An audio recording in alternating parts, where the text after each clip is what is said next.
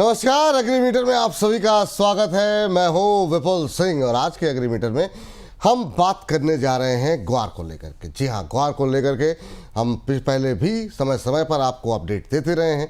दरअसल हुआ ये कि ग्वार उत्पादन के मामले में देश के सबसे बड़े राज्य राजस्थान में पिछले साल की तुलना में इस साल 14 जुलाई तक ग्वार का रकबा करीब 39% आगे चल रहा है।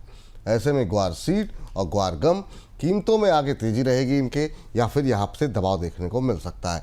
इन्हीं तमाम पहलुओं को बातचीत करने के लिए हमारे साथ जुड़ रहे हैं विशेष मेहमान के तौर पर कुंवर जी ग्रुप के डायरेक्टर और हेड रिसर्च रवि देवरा जी। रवि जी, बहुत बहुत स्वागत आज की इस विशेष चर्चा में जुड़ने के लिए सर आपका। धन्यवाद सर। और आपसे पहले यही जानना चाहेंगे कि ग्वार सीड की अगर हम खेती देखें तो पिछले साल की तुलना में काफ़ी ज़्यादा आगे बढ़ती हुई दिखाई दे रही है, जिसका जिक्र भी हमने अपने इंट्रो में ही कर दिया। आप कैसे देख रहे हैं सर कि इस साल ग्वार की खेती कैसी दिखाई दे रही है आपको? जरूर से यहाँ पे क्योंकि शुरुआती दौर पे बारिश काफी अच्छी रही, हिसाब से फार्मर का वैसे भी देखे तो कपास एंड गुआर ये दो कमोडिटी ऐसे है कि जहाँ पे डिस्पाइट ऑफ प्राइसेस काफी टाइम देखे तो फ्लक्चुएट होते हैं, बट इनिशियली जहाँ पे यहाँ सोइंग हो रहा है वो पहले इसको प्रेफर करता है। गुआर में कंपेरेटिव जो खर्चा है मीन्स के सोइंग के बाद टिल हार्वेस्टिंग का वो काफी कम है। थोड़ा इसका जो टाइमिंग है वो भी कम है, इससे जो भी गुआर है तो ये अक्टूबर में निकल जाएगा और उसके बाद जो रवि सीजन की क्रॉप है वो सेकंड क्रॉप आप कर सकेंगे। कपास में वो लिमिटेशन है, कपास में आज सोएंगे तो टिल फरवरी मार्च तक की सीजन होगी। अगर कैस्टर की सोएंगे तो आज से लेके मार्च तक की सोएंगे होगी, तो वो दोनों क्रॉप काफी बड़े।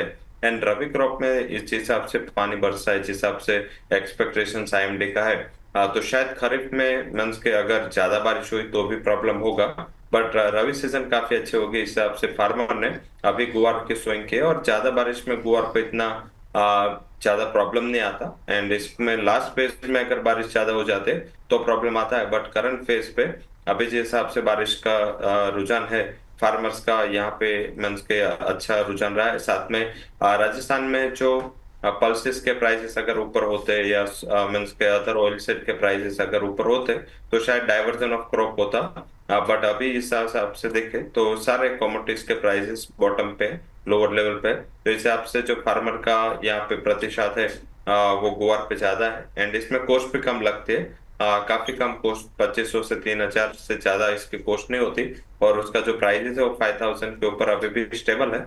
तो मुझे लग रहा है कि यहाँ पे ये एक सबसे बड़ा रीजन है। हालांकि डिमांड लैक क्लस्टर है, इतना ज्यादा कोई इंटरनेशनल डिमांड नहीं है।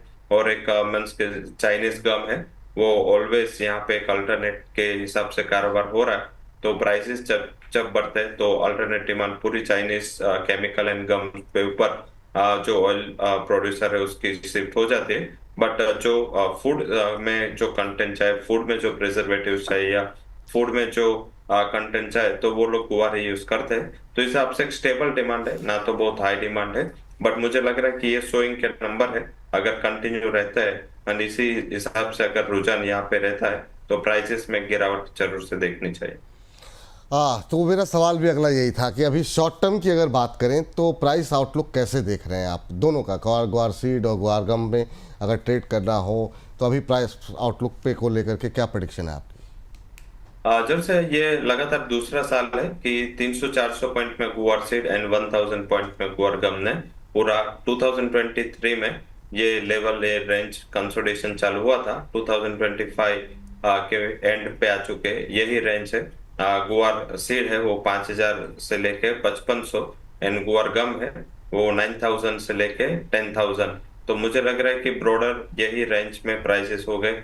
10,000 से 10,500 एक सप्लाई जोन रहा है और 9,000 एक डिमांड जोन गुआर गम में रहा है। सिमिलर वे में 5,100 से 5,000 एक डिमांड जोन गुआर गम सीड के लिए है एंड 5,500 से 5,600 एक सप्लाई जोन है। तो मुझे लग रहा है कि फंडामेंटल में क्योंकि यहाँ पे चाइनीज गम जो जानतन गम बोलते हैं वो लगातार मींस के यहाँ पे कंपटीशन दे रहा है। अदरवाइज पहले तो ऐसा था कि सारे जो oil producing companies and countries है वो एक अच्छी यहाँ से उसकी डिमांड रहती थी, बट अभी जो डिमांड है वो फूड इंडस्ट्री से ही ज्यादा है। उसके अलावा जो ऑयल इंडस्ट्री की डिमांड है वो गायब हो चुकी है। तो इस हिसाब से हायर लेवल पे एक इश्यू है। सेकंड कि ये लॉन्ग टर्म कमोडिटी है। अगर आप 2 साल सीड रखो या 2.5 साल तक, ये इसको इतना ज्यादा प्रॉब्लम नहीं होता। इस हिसाब से जब जब प्राइस बढ़ते, फार्मर के सप्लाई आई जाते हैं, तो एंडिंग स्टॉक भी काफी बड़ा है। तो इस हिसाब से मुझे लग रहा है कि ये हाई लेवल पे सप्लाई प्रेशर पे आता रहेगा और लोअर लेवल से डिमांड पे होगी। तो ब्रॉडर रेंज यही 10% के रेंज में पूरा साल खत्म किया है, तो आगे भी ये रेंज बाउंड मोमेंटम होगा। कुछ ज्यादा परिवर्तन की आशा नहीं है। और ऑलवेज होता है कि जब एक्सपायरी में प्राइसेस आते हैं, फॉर एग्जांपल अभी ये डिलीवरी पीरियड में 15 से लेकर 20 तक, तो डिलीवरी के पीरियड के टाइम पे यहाँ पे एक प्राइस में उछाल आता है, बाद में सप्लाई आ जाती है। तो ऐसे ही कुछ मुझे लग रहा है कि आगे जाके क्या आउटलुक रहेगा। जी सर, ग्वारगम के एक्सपोर्ट को लेकर के कैसी आप डिमांड देख रहे हैं फ्यूचर में? क्या ये बढ़ेगा आगे चल करके?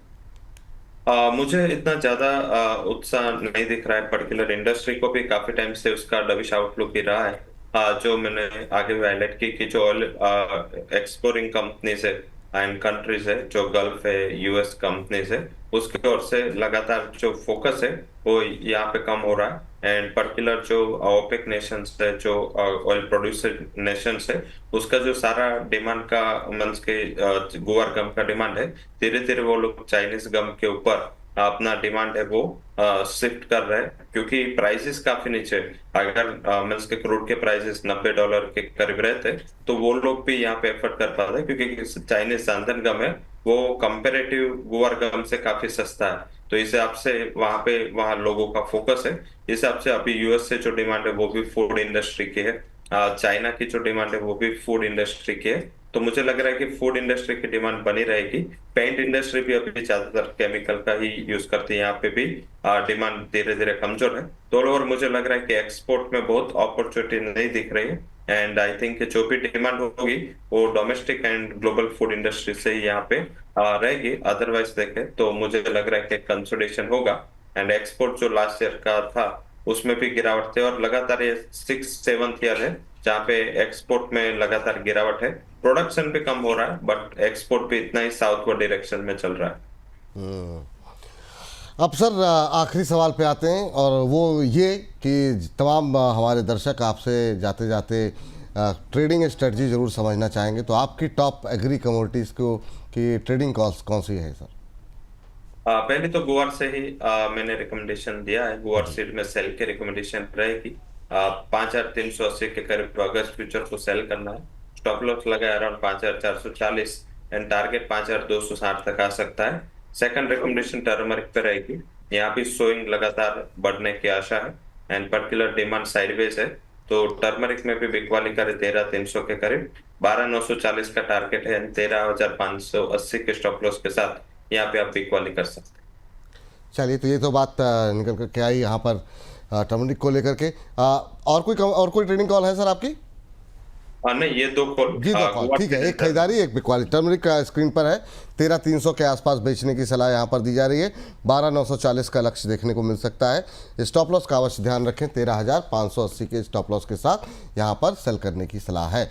इसके अलावा ग्वार सीड को भी बेचने की ही सलाह है।